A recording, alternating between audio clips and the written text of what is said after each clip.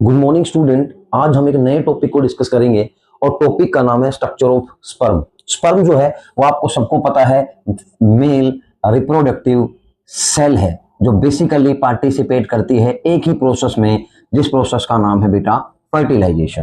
तो अगर हम स्पर्म के स्ट्रक्चर को डिस्कस करेंगे तो स्पर्म का स्ट्रक्चर जो है कुछ इस तरह से दिखाई देता है। इसकी जो शेप होती है, इसकी जो बॉडी होती है वो स्ट्रीमलाइन होती है। स्ट्रीमलाइन का मतलब होता है जो आगे से नैरो होती है, जो इजीली किसी भी एयर करंट को, वाटर को पेनिट्रेट करके आगे की तरफ मूव कर सके, तो इसकी शेप स्ट्रीमलाइन होती है। लेकिन जब हम बात करते हैं स्ट्रक्चर ऑफ स्पर्म की, तो बेसिकली बेटा जो स्पर्म का स्ट्रक्चर है वो 4 पार्ट में डिफरेंशिएट होता है, डिवाइड होता है। हेड पार्ट, नेक पार्ट, मिडल पार्ट और टेल पार्ट। और आप डायग्राम में देख सकते हैं ये जो भाग है इसका ऊपर वाला, ये हेड भाग है, इस भाग को हम बोलते हैं नेक पार्ट, इसको मिडल पीस, और जो लास्ट में ये देख रहे हैं इसको हम बोलते हैं टेल। अब हम बारी बारी बताएंगे what exactly the important structure of these 4 phases, 4 parts.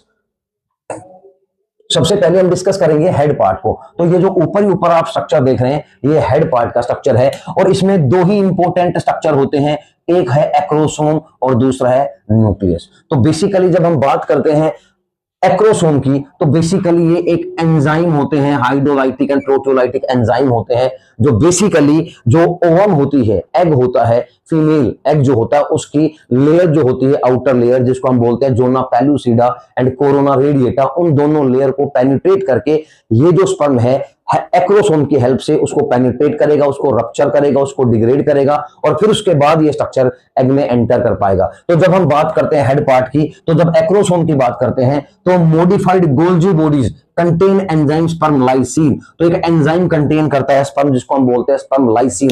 Lysine, lysosomes, lysine का मतलब होता है बायोलॉजी में जो किसी चीज को तोड़े उसको लाइसिन कहा जाता है। तो जो स्पर्म लाइसिन मतलब एक एंजाइम है लाइसिन, जो बेसिकली एग की जो लेयर्स होती हैं जोना पेलुसिडा और कोरोना रेडिएटा, उनको तोड़ने का काम होता है एक्रोसोम का। और एक वर्ड लिखा हुआ है बेटा मॉडिफाइड गोल्जी बॉडीज, मैंने आपको पहले भी बताया है गोल्जी बॉडी जो है उसका काम पैकेजिंग का होता है। मतलब जो एंजाइम होते हैं lysosomes, they are basically formed by the Golgi bodies. तो यानी गोल्जी बॉडी जो है वही मॉडिफाइड होके ये एक्रोसोम जो है एंजाइम बनाते हैं स्पर्म के हेड पे, सबसे पहली बात। दूसरी बात, न्यूक्लियस जो होता है वो हैप्लोइड होता है। हैप्लोइड का मतलब आपको सबको पता है n इन नंबर, n मतलब हैप्लोइड और 2n मतलब डिप्लोइड। तो जो स्पर्म होता है उसमें n नंबर ऑफ क्रोमोसोम होते हैं। n नंबर ऑफ क्रोमोसोम मतलब होगा 23 chromosome basically found in that part.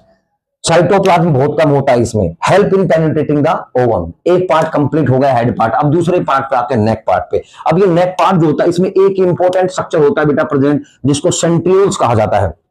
और आप थोड़ा सा समझिएगा, सेंट्रियोल्स का काम होता है क्लीवेज ऑफ जायगोट। जो जायगोट होता है उसको क्लीवेज इक्वल 2 पार्ट में डिवाइड करने का काम होता है। और बेसिकली जो सेंट्रियोल्स होता है उनका काम क्लीवेज का होता है। तो मैंने बताया था जब ओवम का oogenesis पढ़ा था कि जब स्पर्म एंटर करता है एग में, ओवम में, तो मेटाफेज सेकंड कंप्लीट होता, मियोसिस सेकंड जो होती है स्टार्ट, जो अरेस्ट हो जाती है मेटाफेज सेकंड पे, वो आगे जो उसको कंटिन्यू करेगा वो यही सेंट्रियोल्स है जो एग में एंटर करेगा स्पर्म की तरफ से, और फिर वो मेटाफेज सेकंड यानी मियोसिस सेकंड जो ओवम का है वो कंप्लीट हो पाएगा। ये बहुत जरूरी बात है।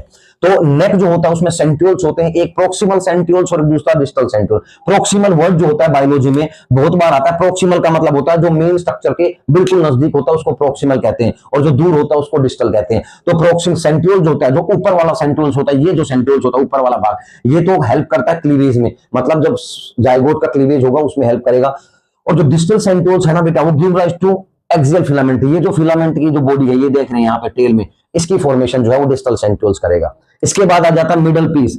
बेटा जो मिडल पीस होता है ये वाले भाग को कहा जाता है, इसमें सिर्फ और सिर्फ माइटोकॉन्ड्रिया होते हैं, और ये जब तक फर्टिलाइजेशन में स्पर्म एग के अंदर एंटर करता है तो ये बाहर रह जाते हैं। नेक पार्ट तक ही स्पर्म जो है वो एग में जाता है, ओवम में एंटर करता है, बाकी सब बाहर रह जाता है। क्योंकि जो माइटोकॉन्ड्रिया है आपको सबको पता है, there is also called the power house of the cell, यानी एनर्जी बनाता है। तो बेसिकली ये क्या करता है मिडल पीस, ये basically provide energy to the sperm. Sperm को क्या प्रोवाइड करता है बेटा, ये स्पर्म को एनर्जी प्रोवाइड करता है। बेसिकली काम माइटोकॉन्ड्रिया का ये होता है, और स्पाइरली अरेंज होते हैं, निबरकंस भी कहा जाता है इनको।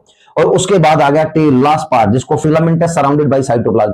टेल पार्ट ये है, ये वाला भाग जो है टेल पार्ट है। प्लाज्मा मेम्ब्रेन होती है, फिलामेंट होता है, उसके अंदर साइटोप्लाज्म से फिल होता है। इसका सिर्फ एक ही काम है स्पर्म की मोटिलिटी का। जो स्पर्म मोटाइल होते हैं, मूवमेंट कर पाते हैं, वो सिर्फ और सिर्फ इसकी वजह से ही कर पाते हैं। This is all about the process of beta structure of sperm. Thank you.